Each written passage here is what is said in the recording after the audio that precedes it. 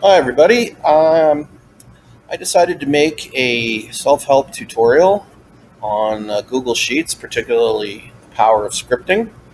I actually own a very small car dealership, and I run my entire business from a spreadsheet.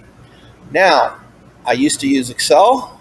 I did that probably for the first 10, 11 years I was in the business, and then I migrated over to Google Sheets because it's a free resource and it does just about everything that Excel does. Um, so let's address what I did. One of the things I always wanted to have on my sheet was the capability to enter in a VIN number and have it checked for validation, and also decoded so that it would populate the make, model, year, and body type of that vehicle.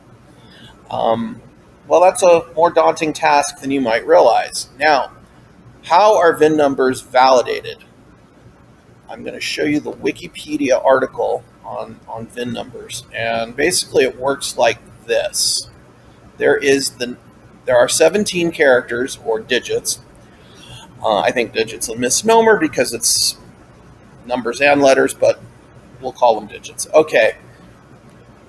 The ninth digit, which is the center digit with 8 in front and 8 after, is the checksum digit.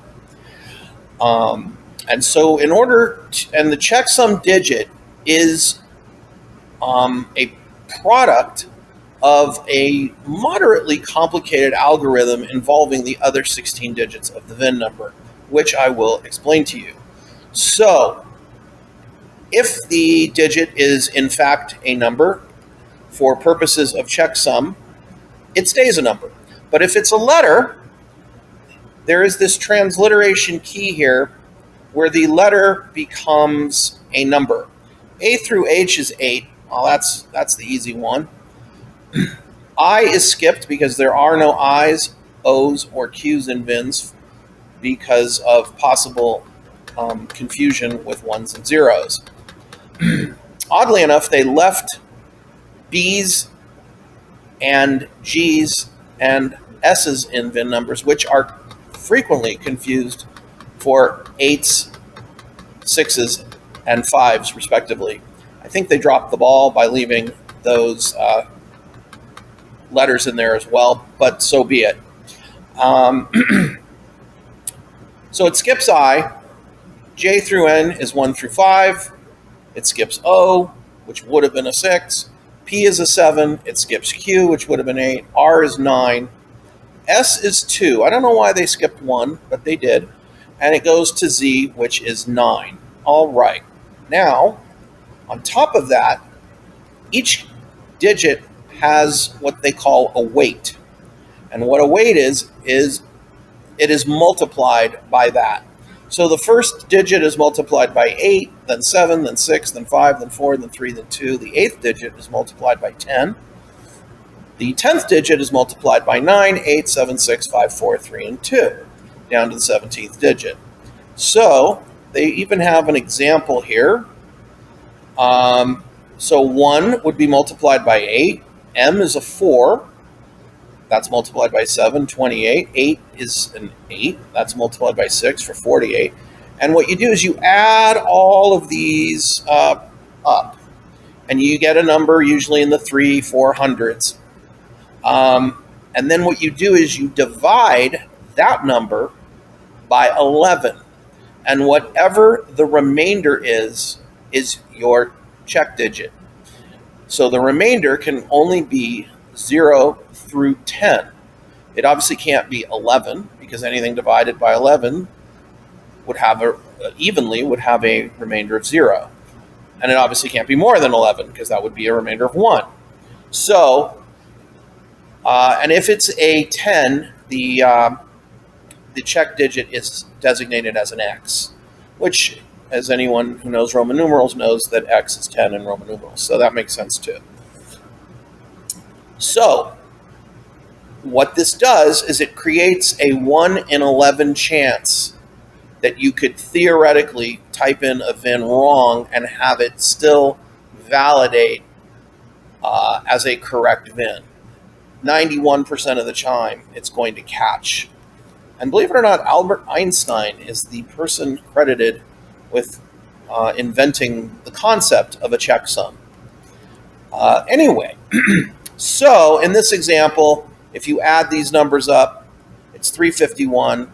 You divide 351 by 11, you get 31 and 10/11. So that means it has a remainder of 10, which would be an X. So there you see the X is the 9th digit.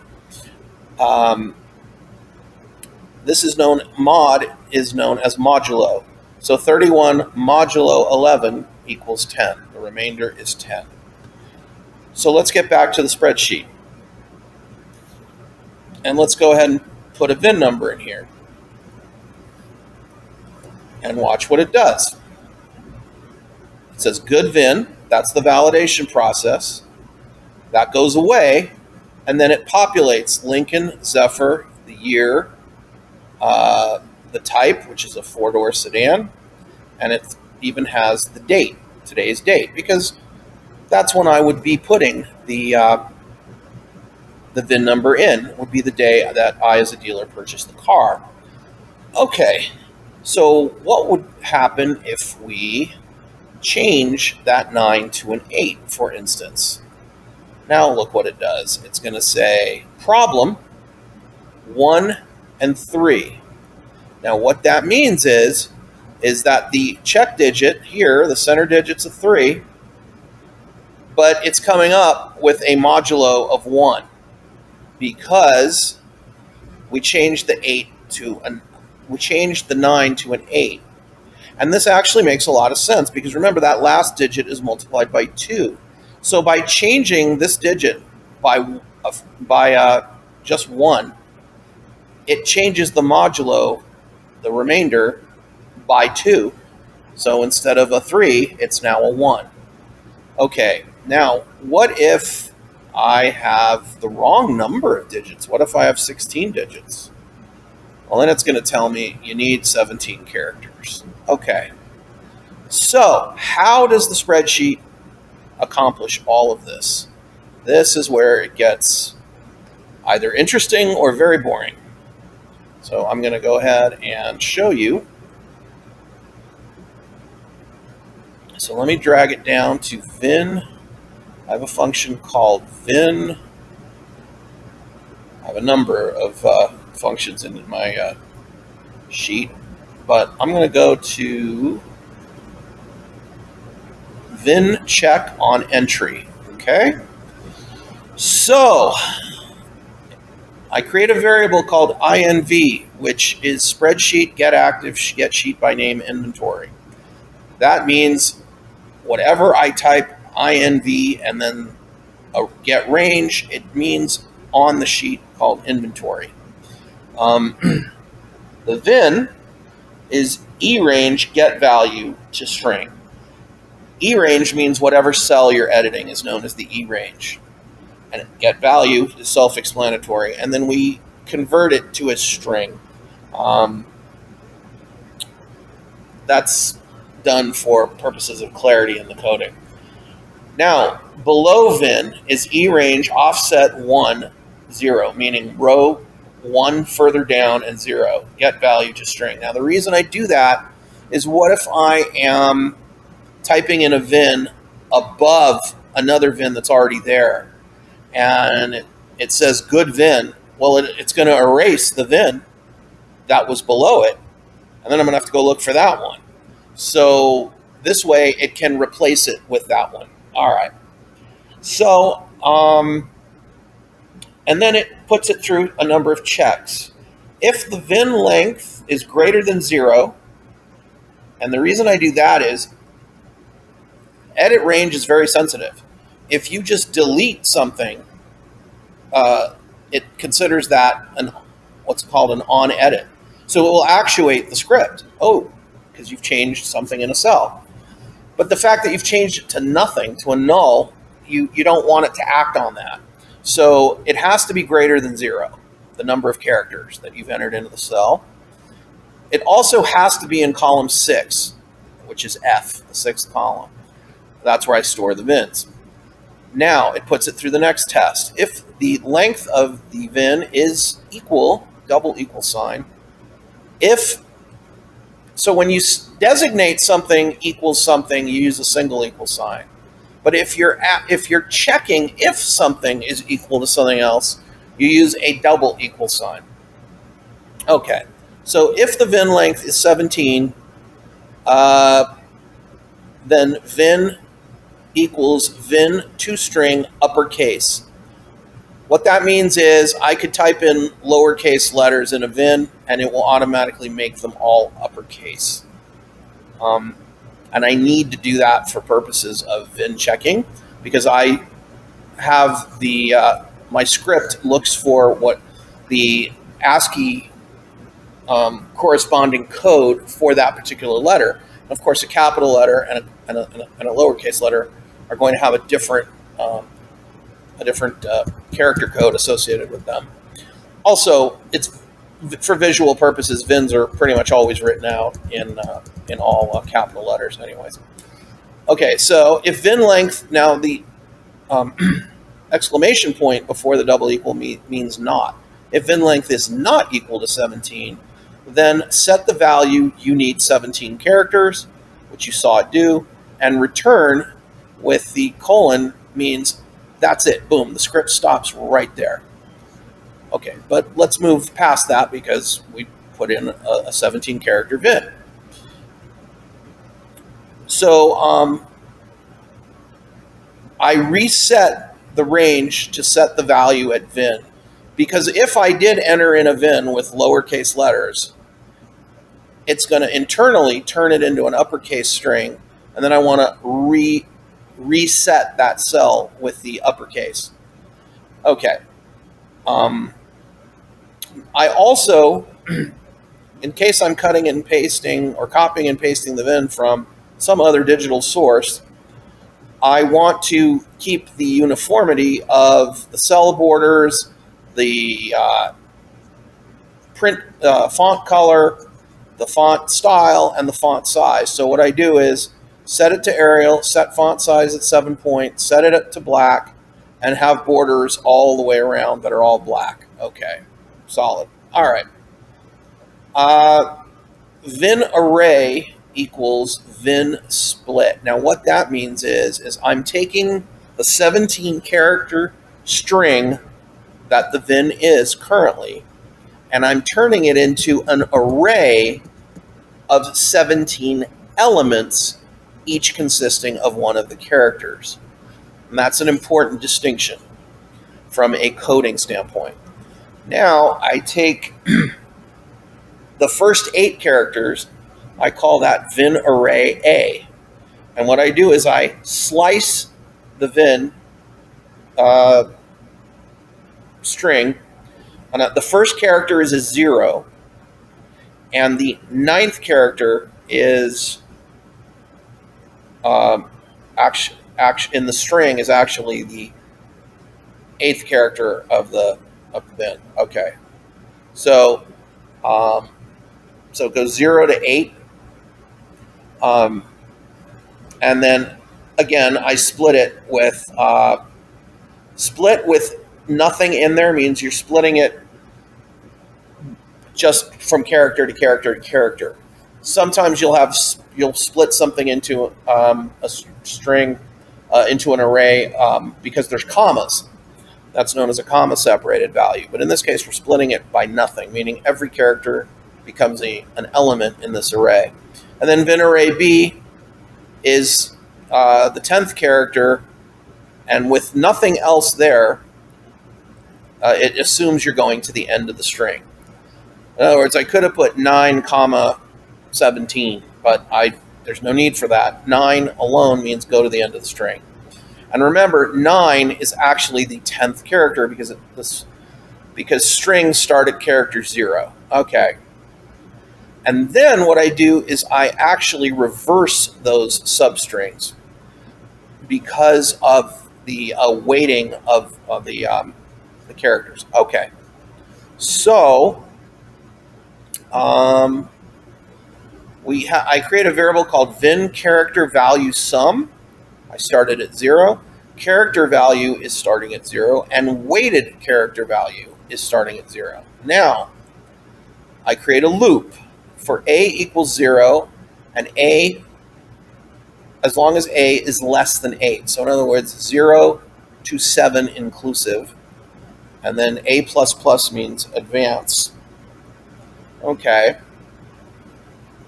And what does it do those 8 times? It says value of VIN character equals VIN array A, meaning 0 in this case. The first element of the array is the VIN character. And then it says if it's not a number. Is-nan means is not a number. If it's not a number, so it's a letter, then we go through that whole transliteration of converting it to a single-digit number. So if the character value of VIN character, the character value is VIN character at character code minus 64. Now what that means is a capital A is the ASCII code 65. So by subtracting 64, character A becomes a 1.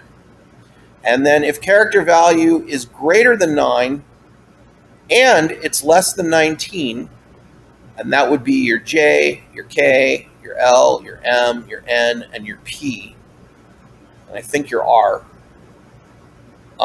then what it does is character value equals character value minus 9. So what I do is I subtract 9 from it to bring it down to a single digit. Okay? So if it's greater than 9, meaning 10, then it becomes a 1, which the J is. And if it's less than 19, which is 18, then it becomes a 9, which the R is. Okay? Then the next thing deals with S through Z. If character value is greater than 18 and it's less than 27, then we subtract 17 from it to get its single-digit value. So that's how the transliteration part works, taking from a letter to a number.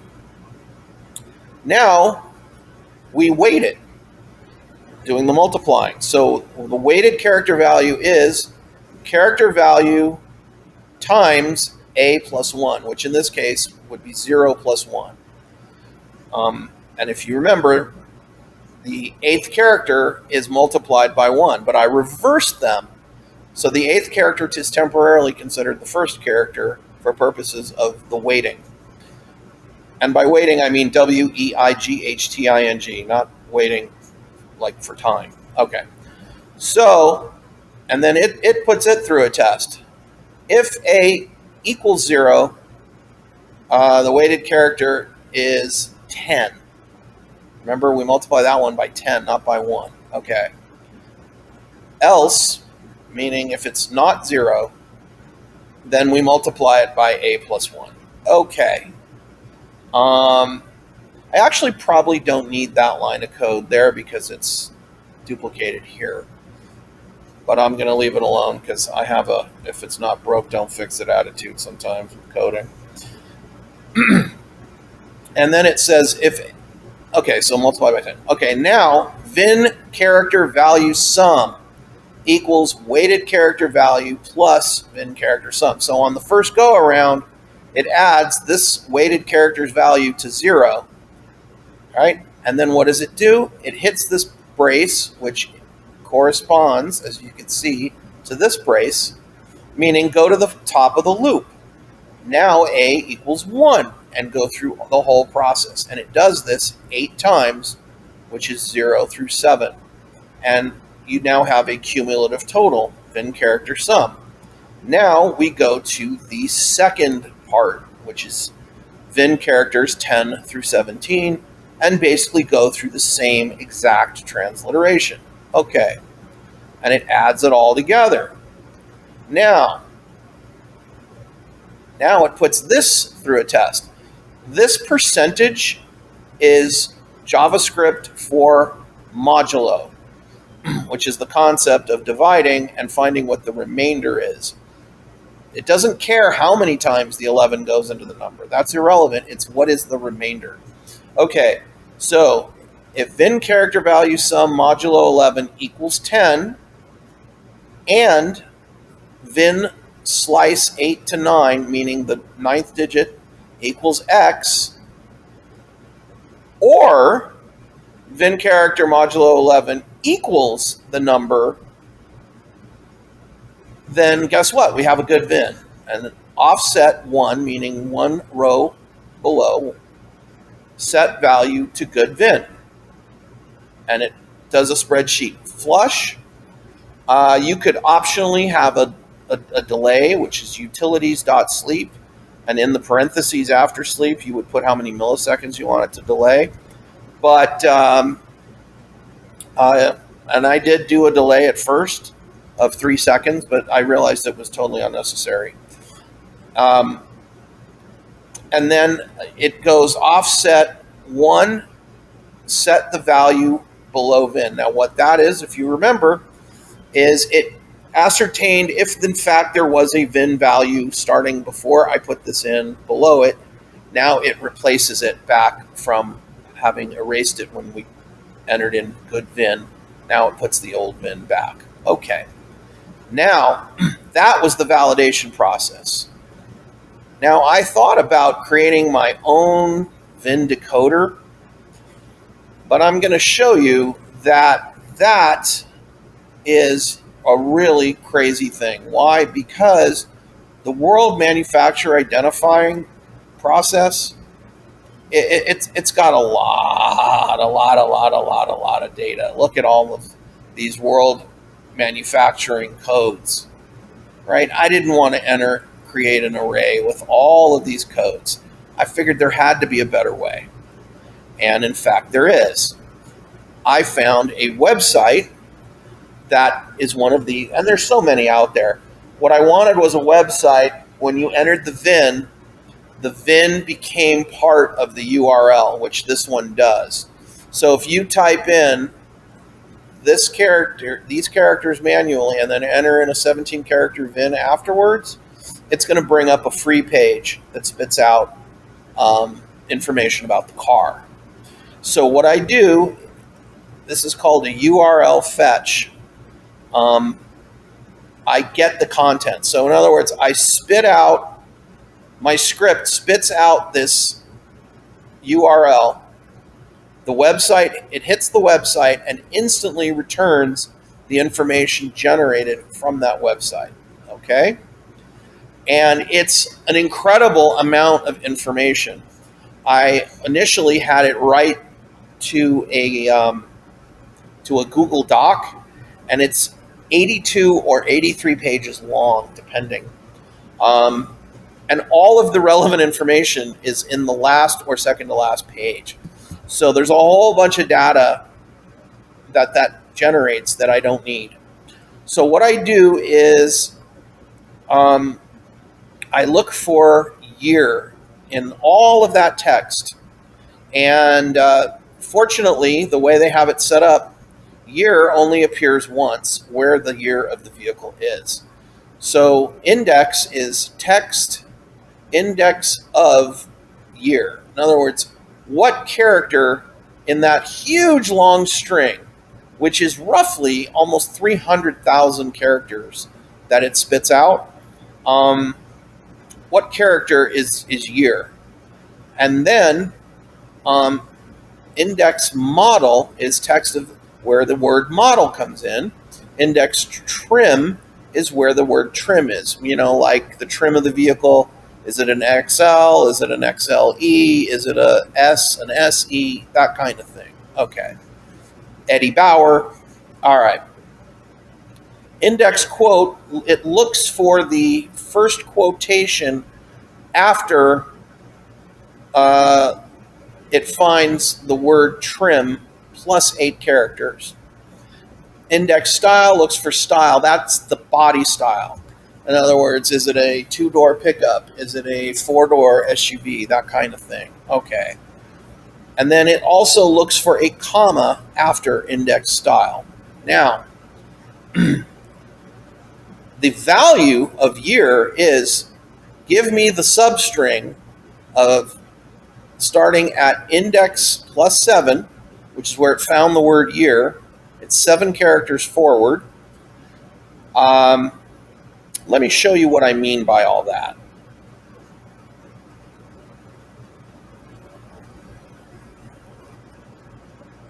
Okay, so this is an example of taking that data that the VIN, the check VIN website generated, and as you'll see that it's, if I click here, look, 1 out of 82, it's 82 pages long. It's all of this kind of gobbledygook here, right, which is totally irrelevant. But let's get to the relevant part. So I'll do a search for make, and you'll see it only occurs once, and it's all the way down here. And in this case, it's a Hyundai, right? So, but let's do year. Year is right here. So it finds the character, the first letter of the character, which is the Y, and it's 1. It's 1. So here's the Y. 1, 2, 3, 4, 5, 6, 7. 7 characters beyond where it finds year is the first character of the year, right? Well, I know automatically that it's always going to be a 4-character year, right? So then I can stop at 11 and know that it's done, right? Then, and let me show you that accordingly. So year is text string index plus 7 to index plus 11. Makes sense, right? Okay. Now, the make, same thing. It starts here, and it's 1, 2, 3, 4, 5, 6, 7. Also, 7 characters, it starts the make. Now, the thing is, different makes are going to have different lengths, right? Chevrolet is certainly longer than Ford. So what I do is I look for the first quotation mark after the first letter of the make. Okay? And I know that it ends there, and that's where index quote. See what I'm saying? It looks for the quotation mark. So you kind of get the idea, right? All right, now, so it gets all of those values.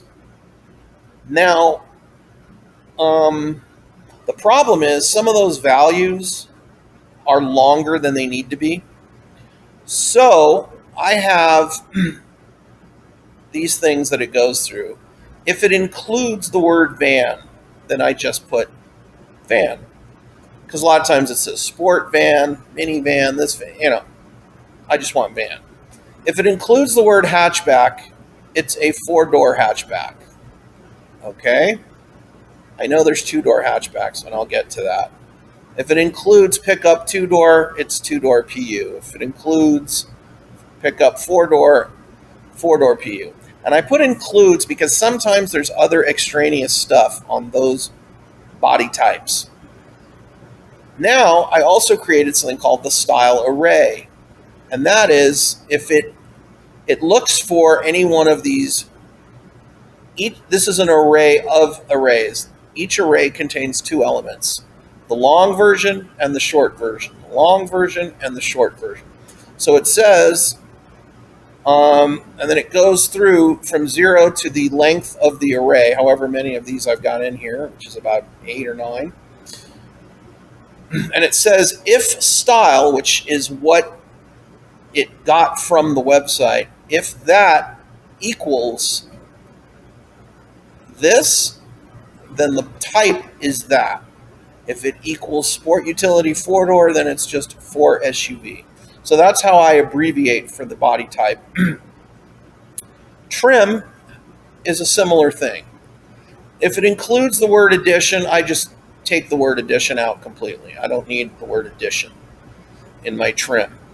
If it's Eddie Bauer, it's EB. If it's limited, it's LTD. If it's titanium, it's Titan. If it's platinum, it's plat. If it's touring, it's tour. You get the idea? So it does the same thing. It looks for those words and shortens them. Okay? And then it sets the value. This is the important part. It populates. 0 means don't change the row you're in from the original row that you edited the VIN number in. And go back to the left 4 cells, put the make, go back 3 cells, put the model, plus a space, plus trim. So the model I have is just the Zephyr, but it'll have things like, Eddie Bauer. I have an Expedition, an Eddie Bauer, and it will, instead of Eddie Bauer for 2-wheel drive, it just says EB 2-wheel drive. Okay? And it populates it. It puts the new date. I only want the date. I don't want the time. So that's month, day, and year. GS is me. GNA is the auction where I go to get most of the cars. And return, boom, that's it. It ends. And that's if the VIN is valid. If the VIN is not valid, which is this last few lines, then it says you've got a problem, and it puts the modulo, it puts what the checksum should be. It waits flush, waits 3 seconds, and then it puts the VIN back below it if there was one. And that is how it works.